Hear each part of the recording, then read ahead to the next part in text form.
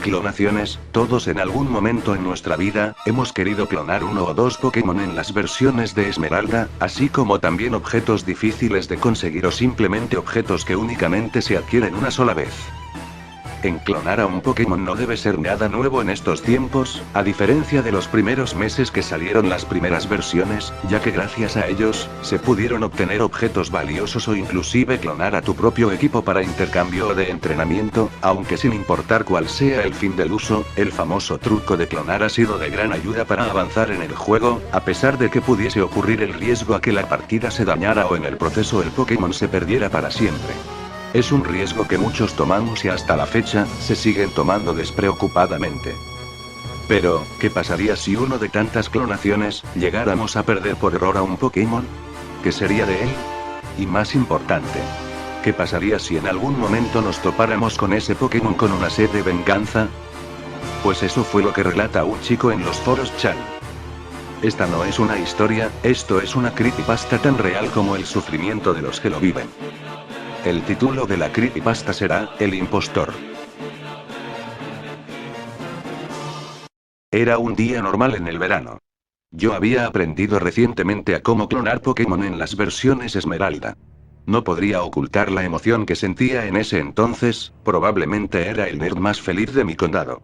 En algunos meses, ya poseía todos los Pokémon clonados que tenía en mi caja.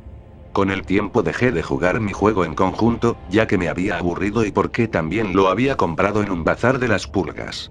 En pocas palabras, el cartucho era usado pero ya había una partida iniciada, pero no estaba del todo avanzado, así que no me molesté en reiniciarlo desde el principio. Luego de algún tiempo, las versiones Diamante y Perla estaban por salir, mi mamá había preordenado los dos juegos ya que mi cumpleaños estaba cerca.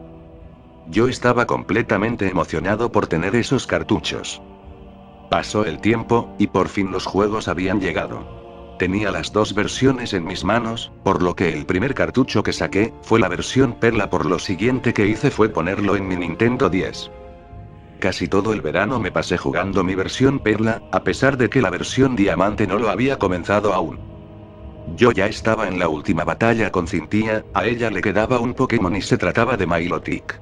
Su barra de vida estaba en rojo, y a mí me quedaba solo un Pokémon que era mi Torterra. Estaba en una clara desventaja, pero aún así trataría de aguantar, a lo que hago que mi Torterra utilice su tormenta de hojas. Para no hacer la historia larga, terminé perdiendo la liga Pokémon. En ese instante lanzo la consola sobre mi cama después de haberlo apagado, dejando la boca arriba, mirando en el techo mientras me acuesto sobre la cama. Estaba un poco frustrado, porque me había costado tanto trabajo pasar a los Elite 4, solo para haber perdido de esa manera. De pronto escucho un sonido muy raro proviniendo de la consola, pero preferí ignorarlo. Luego de algunos días, comencé a aventurarme en la zona del Pal Park. Ya saben, el lugar en donde se pueden transferir Pokémones de versiones inferiores a las nuevas. En ese instante pegué un grito de victoria al enterarme de esto. Ya podría traspasar mis Pokémones de mi versión de Esmeralda a la de Perla, porque la versión de Esmeralda se encontraba una gran parte de Pokémones legendarios y de alto nivel. Aunque el proceso de migración era lento, pude transferir un número de Pokémones a mi versión Perla, para así, asegurar mi victoria contra Cynthia y poder continuar con la historia. Luego de unas semanas, me desinteresé de jugar Pokémon Perla, a lo que quise revivir los momentos de angustia que me provocaba jugar las antiguas versiones de Pokémon y también echar un vistazo a los pocos que me quedaban, ya que la gran mayoría los había transferido en mi otro cartucho. Ya había pasado bastante tiempo desde la última vez que jugué mi versión de Esmeralda, aunque debo admitir, que me costó bastante tiempo acostumbrarme a los gráficos planos que pudiese ofrecer el juego. También, ya hacía mucho tiempo que no había clonado un Pokémon desde que mi mamá me comprase las versiones Diamante y Perla. Aunque, claro, al no tocar mi versión Esmeralda por mucho tiempo, me hizo olvidar cómo clonar apropiadamente, así que traté de hacerlo por lo poco que podía recordar. Vi la caja de la PC, y pude ver que tenía algunos Pokémon no muy fuertes, pero aún así ya estaban cuando adquirí el cartucho. Una de esas, noté en la caja que había un Velosom. Era hembra y de nivel 15, así que decidí usar de conejillo de indias al Velosom y a un Puchillena que estaba cerca de ahí, para probar si podía clonar como antes. Por lo siguiente, fui hasta la torre de batalla e hice los pasos correspondientes que mi defectuosa memoria me permitió. Luego de eso, encendí la consola y me apareció del cuadro donde te indicaba que la partida salía corrupta y que no se guardaron los datos correctamente, pero algo peculiar escuché al momento de darle el botón. Escuché un lloriqueo muy tenebroso, algo que erizó mi piel, no me explicaba bien de qué se trataba.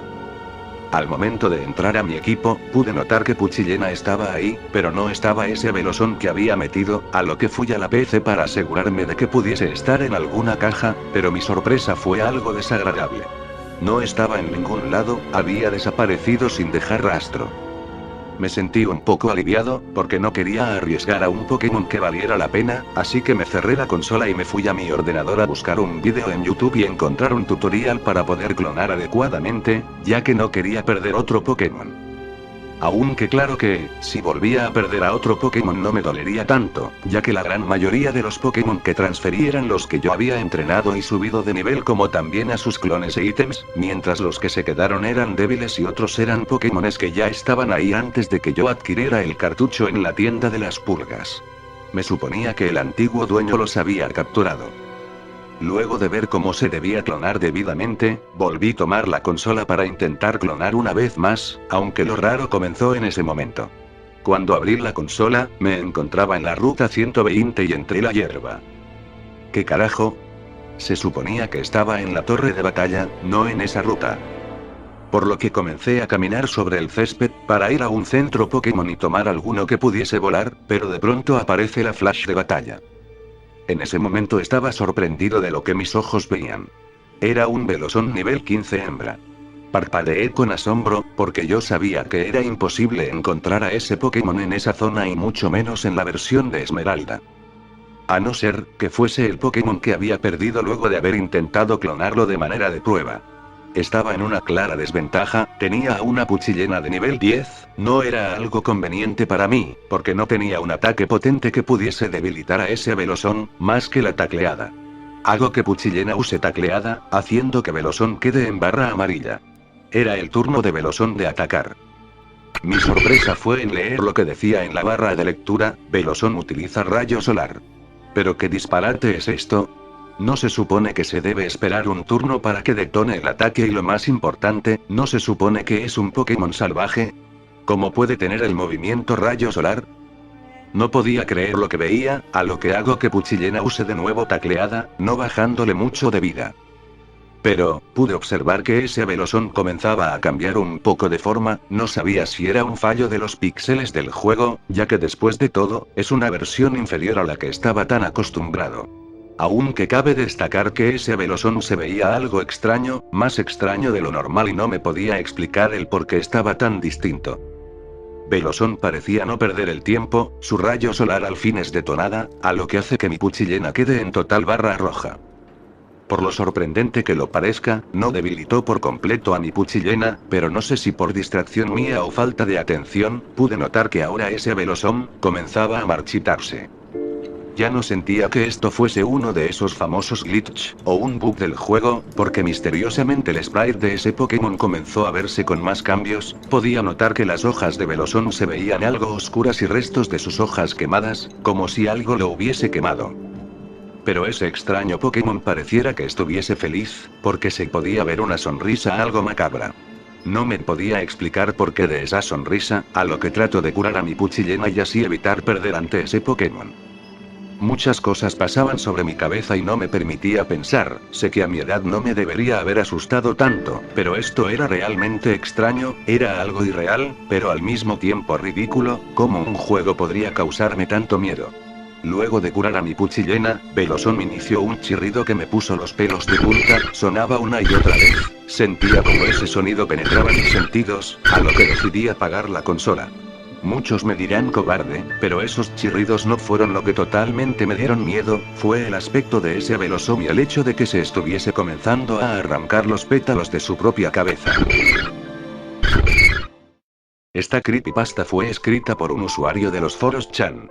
Por lo que vi, esta creepypasta lo había republicado hace unos días, pero como muchos sabemos suelen actualizarse para dar lugar a más posts, se borran o simplemente expiran, pero luego de unas semanas me encontré con un seguimiento a su historia por el mismo usuario ya que apenas pude copiarlo para ponerlo aquí. Bueno. Hace tiempo republiqué mi experiencia que me había sucedido hace ya algunos años y había publicado en esta página. Para los que alcanzaron a leer mi experiencia o para los que lo habían leído antes, ya deben de saber de lo que les voy a hablar ahora. Si bien recuerdan, en el artículo tuve un gran temor a jugar a mi Pokémon Esmeralda, por tratar de clonar a un Velosom. Esto no lo digo para que dejen de jugar, solo diré que no sería bueno tomar un juego a la ligera, porque no muchos saben cómo es que este tipo de franquicias llegan a tener mucho éxito o dónde tienen que recurrir los creadores para que tenga éxito sus juegos, ya que desde ese momento que me deshice del cartucho, comencé a sentirme un poco mal acerca de esto, comencé a tenerle miedo a la oscuridad y a veces no podía dormir, porque en mi cabeza podía escuchar el lloriqueo de un Velosom, el mismo que había escuchado en mi consola a decir verdad.